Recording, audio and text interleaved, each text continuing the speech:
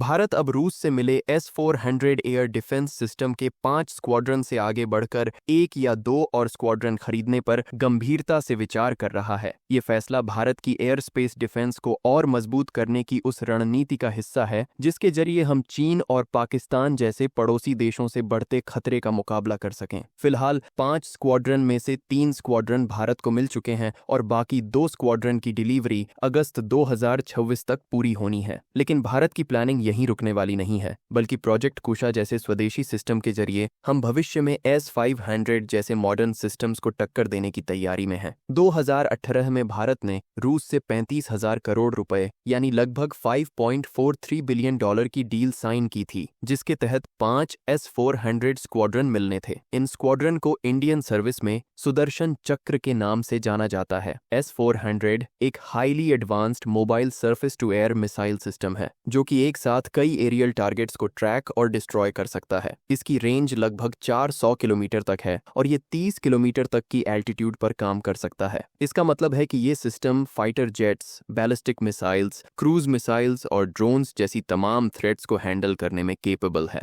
भारत ने जो 3 स्क्वाड्रन तैनात किए हैं वो बेहद रणनीतिक इलाकों में है। एक स्क्वाड्रन सिलीगुद्दी कॉरिडोर के पास है, दूसरा पठानकोट में है जो जम्मू कश्मीर और पंजाब की सुरक्षा के लिहाज से अहम है, तीसरा वेस्टर्न बॉर्डर यानी राजस्थान और गुजरात को कवर करता है। इन जगहों पर S-400 की तैनाती से भारत ने एक क्लियर मैसेज दिया है कि हम किसी भी एरियल एग्रेशन का जवाब देने के लिए तैयार हैं। हालांकि रसिया यूक्रेन वॉर की वजह से S-400 की डिलीवरी में देरी हुई है। पहले ये 2 स्क्वाड्रन लार्सन 2024 तक मिल जाने थे, लेकिन अब टाइमलाइन बढ़कर 2026 हो गया है। फिर भी जुलाई लार्सन 2024 में प्रधानमंत्री नरेंद्र मोदी के मॉस्को दौरे के दौरान इस डील को तेजी से पूरा करने पर बात हुई थी। इसी दौरान चर्चा हुई कि शायद भारत 1 या 2 और स्क्वाड्रन खरीदेगा। S-400 की रियल कॉम्बैट कैपेबिलिटी 7 मई 2025 को देखने को मिली, जब ऑपरेशन सिंदूर के दौरान पाकिस्तान की तरफ से नॉर्दर्न और वेस्टर्न भारत पर ड्रोन और मिसाइल्स का बराज हुआ। S-400 ने 80% से ज्यादा थ्रेट्स को न्यूट्रलाइज कर दिया। वायुसेना की integrated air command and control system के साथ इंटीग्रेट होकर इस सिस्टम ने एक साथ 100 टारगेट्स को ट्रैक किया और 36 को सिमल्टेनियसली एंगेज किया। ये कैपेबिलिटी पाकिस्तान के चाइनीज ओरिजिन HQ-9 सिस्टम, जिसकी रेंज 120 से 300 किलोमीटर है,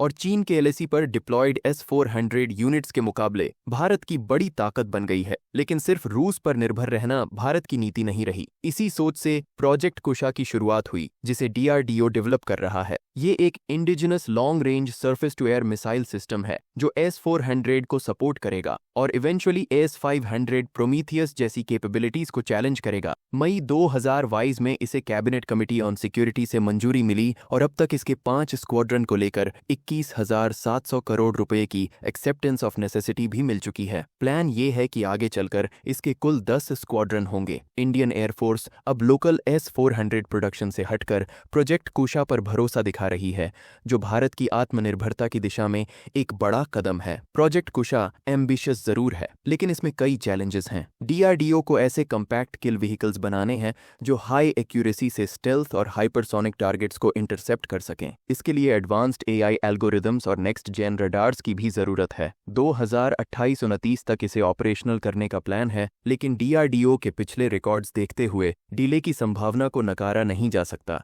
फिर भी ये साफ है कि भारत अब डिफेंस टेक्नोलॉजी में सिर्फ इंपोर्टर नहीं, एक कॉन्फिडेंट और केपेबल डेवलपर बनने की दिशा में आगे बढ़ रहा है।